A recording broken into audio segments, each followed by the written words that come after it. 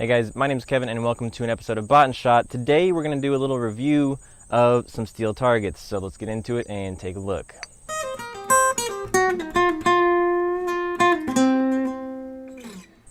Alright, so I picked these targets up from shootsteel.com. They had a sale going on and got them for a really good price. So I have two 4-inch targets. They're 3/8 inch thick. And I also have one 4-inch gong, also 3/8 inch thick. And we're going to put them to the test here against the 223, which they recommend to shoot at 100 yards, and also against the 30-06, which they say to shoot at 200 yards. We're going to see how they hold up. We're going to shoot them at some varying distances and see what the impacts look like after shooting them with multiple rounds. Like I said, these have not been shot yet, so they're perfectly smooth, so we can see the damage done after they've been shot a couple times. So let's get to it.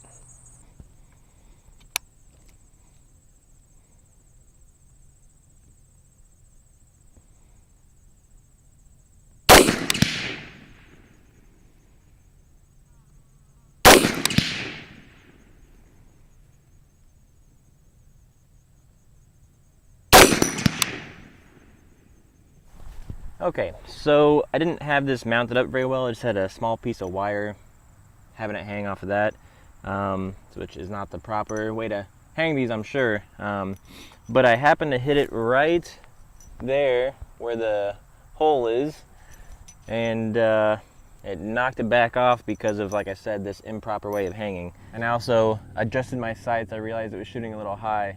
So we're gonna do this round 2 style and actually hit something, hopefully.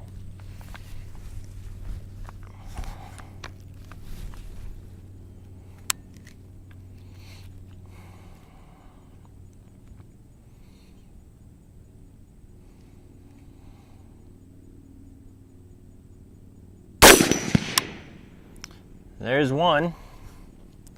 Now we're gonna go for the 100-yard targets. Start with the one on the left.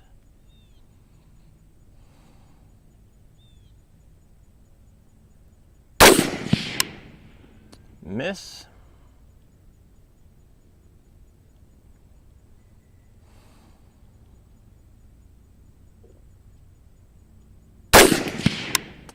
We got a hit there. Now the target on the right, I'm having a hard time seeing, but we're gonna give it a shot here.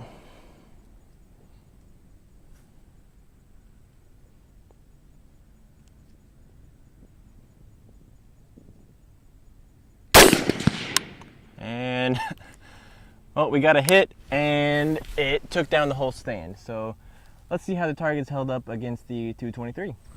Okay, so I've learned two things from looking at the targets. First off, the ghetto mount that I rigged up to mount these things is not adequate. So I'm gonna have to buy some proper targets or proper mounting hardware. But I also learned that a 223 barely touches this. I did shoot this target once off camera. This is the one at 75 yards, and there's 2 shots there. And if you look, hardly anything noticeable. There's a small little ding in it, but it's nothing really that's touching it. So let's take a look at the 100-yard targets and see what they look like.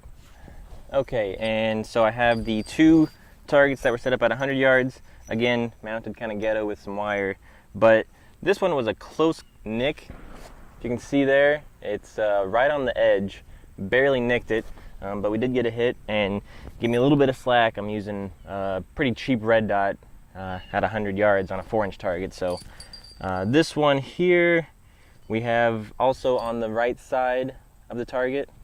Again, hardly a nick on it, and we hit it. So now we're gonna really put these things to the test, and we're gonna get the 30-06 out at 100 yards and see what a bullet with a little more power does to these things. Okay, so now we're going to be using the 30-06, which is a much higher power round than the 223 we were using. This is a 55 grain bullet. This is a 180 grain bullet, and as you can see, has quite a bit more powder behind it. So we're going to take a shot, and what I'm guessing is going to happen is, since I have it kind of ghetto rigged, it's just gonna completely knock over the stand and leave a little bit bigger of a mark, but let's give it a shot.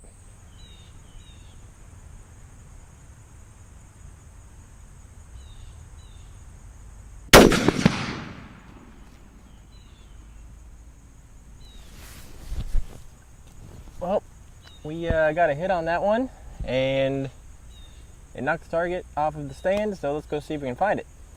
All right, so it actually was knocked about 10 yards back off of the mount that I had it hanging on. So like I said, don't mount it like I did and just have some wire hanging off of it. Get the proper hanging hardware to mount them off of.